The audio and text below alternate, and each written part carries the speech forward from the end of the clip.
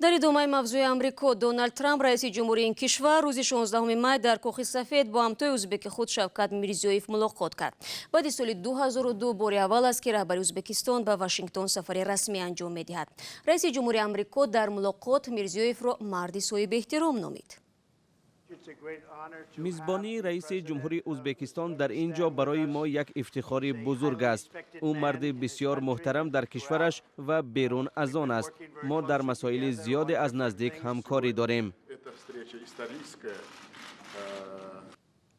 این زمان شوکت میرزیویف دونالد ترامپ را ستایش نمود که در زمان کاری او اقتصادی امریکا رشد کرده است. بین هیئت‌های دو طرف با ارزش 6 میلیارد دلار یادداشت‌های حسن تفاهم امضا شده است.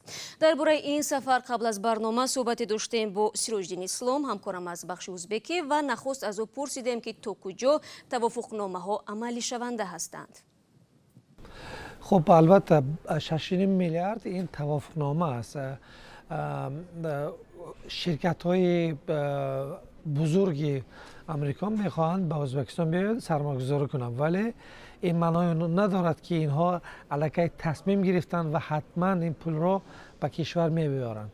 این توافقنامه هست که اینا می‌خواهند به ازبکستان اینقدر سرمایه‌گذاری کنند. به نظر من این اهمیت خیلی مبرم دارد برای ازبکستان، چون ازبکستان نیاز بزرگ دارد. حتما از کشورهای غرب مخصوصا از امریکا آمدن این سرمایه برای رشد اقتصاد کشور اهمیت کلان دارد. به نظر من این اولین اقدام است و در آینده البته پس از امریکا دیگر کشورهای غرب، بریتانیا مثلا، فرانسه، آلمانیا به ازبکستان سرمایه گذاری میکند. البته شرطهای خودشان دارند، ولی در مجموع این جریان آغاز شد.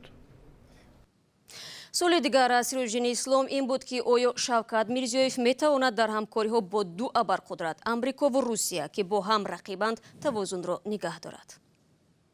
البته ازبکستان کشوری بزرگ است. از لحاظ نفوذش مثلا در آسیا مرکزی بزرگترین کشور است و جایگیری جغرافی او یک اهمیت مرکزی را میدهد به ازبکستان.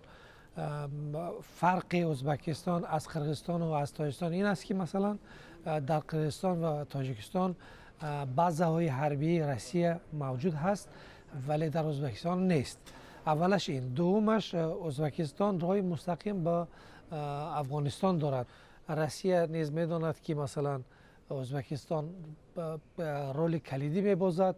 امریکا نیز این را میداند و هر دو طرف میتونند مثلا با ازبکستان یک علاقه های رشته های حسنه را داشته باشند و از این وضعیت البته شوکت میرزیویف به نظر من میتواند عادلانه و عاقلانه استفاده کند. سیروجدین اسلام همکاری ما از بخش ازبکی رادیو آزادی صحبت میکرد.